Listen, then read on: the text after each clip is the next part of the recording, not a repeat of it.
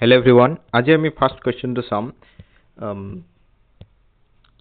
mass m 100 kg is suspended with the use of string A, B and C. W is the vertical wall. এইটো এটা wall আছে. R is a rigid horizontal rod. এটা ৰডৰ কথা কৈছে. The tension in B string. Tension in B string.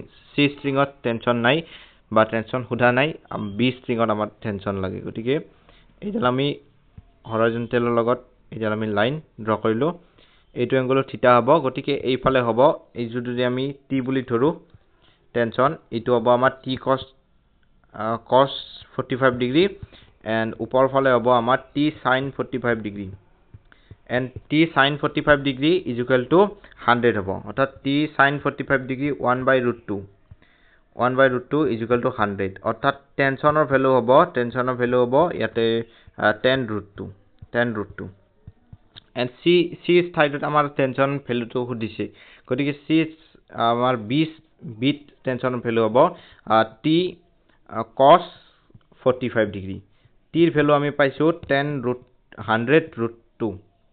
100√2 and cos 45 degree হৈছে 1/√2 √2 cancel answer হ'ব 100 অর্থাৎ 100 আমার টেনশন ইয়াতে আহি যাব নেক্সট আমি এনসারটো মার্ক করু ইয়াতে তোমালোকে চাবা 100 Newton tension 100 Newton 100 g next 2 coulomb and 6 coulomb two charges are repelling each other with 12 Newton. It is understood by us that positive charge repel and negative charge attract. If each charge is given -2 coulomb charge, then the value of force will be. Yet jodi basic knowledge jodi ase, then you can definitely answer the question. Mark the correct choice. Definitely the answer will be 0.